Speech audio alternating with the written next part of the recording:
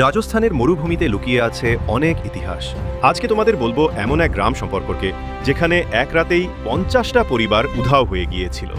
এই গ্রামটার নাম কুলোধারা। শোনা যায় প্রায় 300 বছর আগে এখানে বাস করত পালি ব্রাহ্মণ সম্প্রদায়।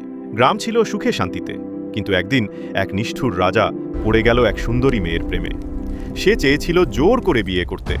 গ্রামবাসীরা জানত রাজাকে ঠেকানো মানেই মৃত্যু, তাই এক রাতেই পুরো গ্রামটাই হঠাৎ করে অদৃশ্য হয়ে গেল। পরের সকালে দেখা গেল না কোনো মানুষ, না কোনো প্রাণের চিহ্ন, শুধু খালি বাড়ি, নীরব রাস্তা আর বাতাসে অজানা হাহাকার।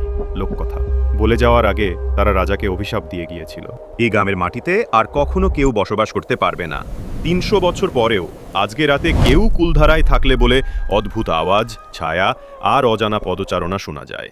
এটা কোনো গল্প না, যার জন্য সরকার ঘোস্ট ভিলেজ ঘোষণা করেছে। এইরকম আরও অজানা ইতিহাস জানতে সাবস্ক্রাইব করুন আপনার চ্যানেল ফাইন্ড টু বলে।